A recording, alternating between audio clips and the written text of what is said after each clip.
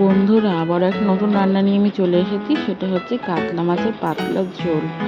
গরমের জন্য একদম পারফেক্ট। তার জন্য মাছটাকে আমি এপিট ওপিট তেলে ভেজে নেব।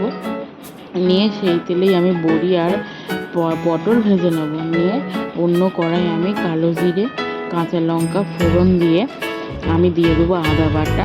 তার মধ্যে দিয়ে দেবো টমেটো দিয়ে সেটাকে ভালো করে কষে নিয়ে আমি দিয়ে দেবো তার মধ্যে হলুদ গুঁড়ো, জিরের গুঁড়ো আর সামান্য লঙ্কার গুঁড়ো।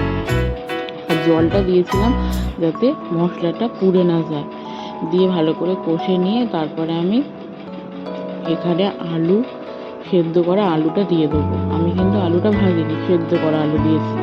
দিয়ে ভালো করে কষিয়ে নিয়ে তারপরে আমি পটলটা দিয়ে দেবো। দিয়ে সমস্তটাকে ভালো করে কষবো, কাঁচা গন্ধ না যাওয়া অবধি। কিন্তু যখন রান্নাটা করছি তখন কিন্তু গ্যাসের ফ্লেমটা হাই ছিল। দিয়ে ভালো করে কষে নিয়ে আমি দিয়ে দেবো জলটা দিয়ে আমি কিন্তু এখন মাছ দেবো না। তারপরে আমি জলটাকে ফুটতে দেবো 15 মিনিটের মতো।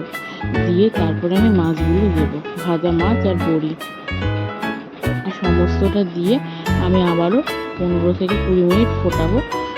তারপরে আমি নামিয়ে গরম গরম পরিবেশন করবো। বন্ধুরা, আমার ভিডিওগুলো ভালো লাগলে তোমরা লাইক, কমেন্ট, শেয়ার করে দিও। আর আমাকে জানিও আমার রান্নাটা কেমন হয়েছে কমেন্টে। Please, tata.